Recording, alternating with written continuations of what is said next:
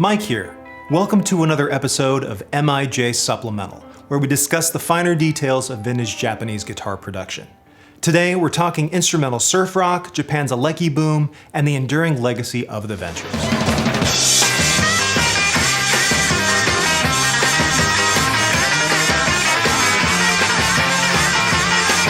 When it comes to guitar music and electric guitar culture in Japan, few artists loom larger in the public consciousness than the Ventures. One of the very first artists from the West to visit Japan with the new electric guitar sound, their impact was seismic. Their instrumental music faced no language barrier, and the term surf rock had yet to make its way into the forefront of the conversation. Of the 105 million albums the Ventures sold over the course of their career, a staggering 40 million were sold within Japan. Their hits included Walk Don't Run, the theme to Hawaii Five-0, and a tsunami-sized wave of cover tunes, all played in the Ventures' vocalless instrumental style. In the 1960s, they were outselling the Beatles 2-1 in Japan, and by one estimate, there were at one time as many as 600 Ventures tribute acts performing in the country. Central to today's discussion is Fender Japan's limited-run signature Ventures Jazzmaster, produced circa 1997. But before we zero in on a specific instrument, let's zoom out and attempt to quantify the massive knock-on effect the Ventures' popularity had in Japan on guitar manufacturing writ large. There's a compelling case to be made that the impact of the Ventures' arrival in Japan shaped the global guitar industry to this day. So broad and relatively immediate was the Ventures' cultural impact in Japan that it was a bona fide national phenomenon, and by 1965, on the heels of the British invasion, a staggering 760,000 guitars were produced in Japan, a number that has yet to be topped. The manufacturing boom set the stage for Japanese guitar production to, for the first time, pose a viable threat to many of the otherwise preeminent USA-made guitar brands of the day, a financial reality that would see brands like Valco, Kay, and Harmony shut their doors in a few short years. Of course, the Ventures didn't single-handedly maintain the momentum of interest in the electric guitar in Japan over a number of decades, but they were the proverbial acorn from which this veritable forest grew. As such, the scope of the Ventures' impact on guitar manufacturing wasn't limited to a single brand. And while Mosrite is most indelibly linked with the Ventures, the band's early outings playing Fender instruments certainly made their mark. Fender Japan was eager to capitalize on the Ventures' popularity and legacy within Japan and abroad, resulting in a suite of signature models, including this Jazzmaster, officially modeled JM-165 VR.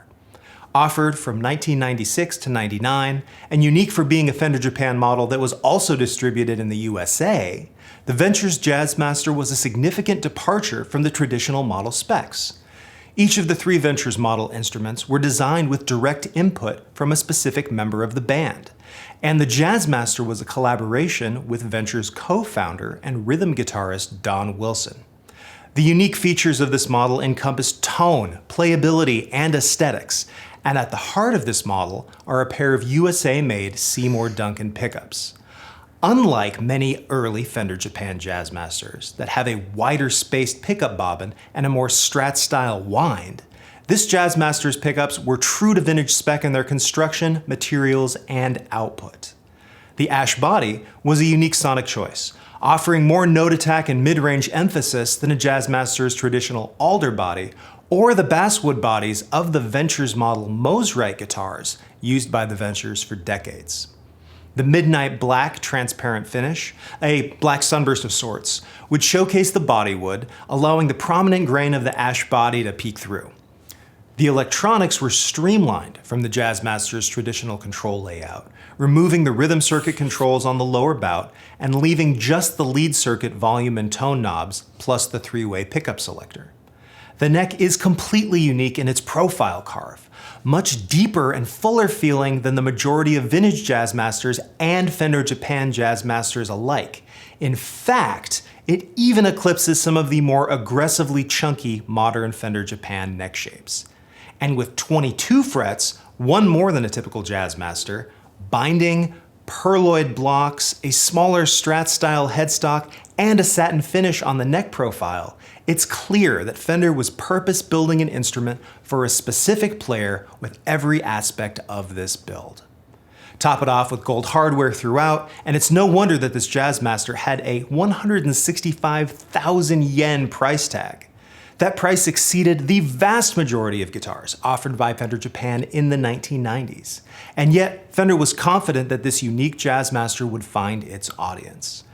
As a band that historically thrived on a sense of uniformity in their presentation on stage, it's no wonder that the other two instruments in Fender Japan's Ventures line are remarkably similar. Both the jazz bass crafted for bassist Bob Bogle and the Stratocaster crafted for guitarist Jerry McGee have the same midnight black finish, gold hardware, blocks and binding on the necks, lightweight ash bodies, and USA-made pickups. And yet, there's another Venture. For many guitarists, the preeminent lead guitar sound of the group, Nokie Edwards, who wasn't represented in this lineup. An on-again, off-again member of the band who wasn't in at the time when these Ventures models were produced, Nokie received his very own page in the catalog.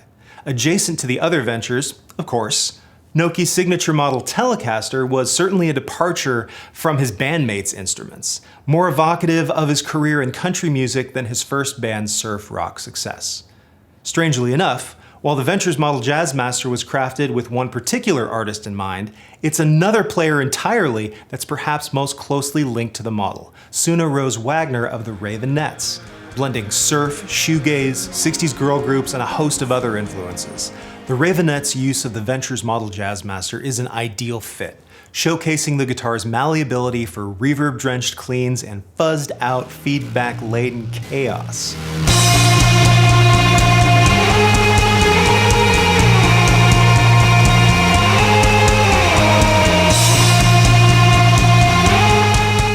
Thanks for joining us today. We're just scratching the surface of Japan's surf rock obsession and the legacy of the Ventures, something we look forward to discussing with you on future MIJ Supplemental episodes. For more on various Ventures model instruments, please head over to mmguitarbar.com, where we also have a supplemental blog post providing further color and shading on the Ventures and their Fender Japan story. If you'd be so kind, drop us a like, subscribe to the channel, and as always, stay tuned for more.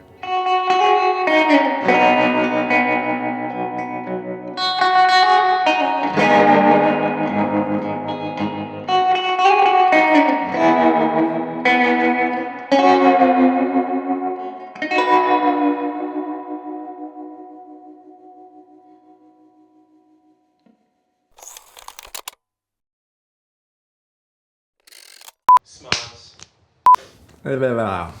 Hey.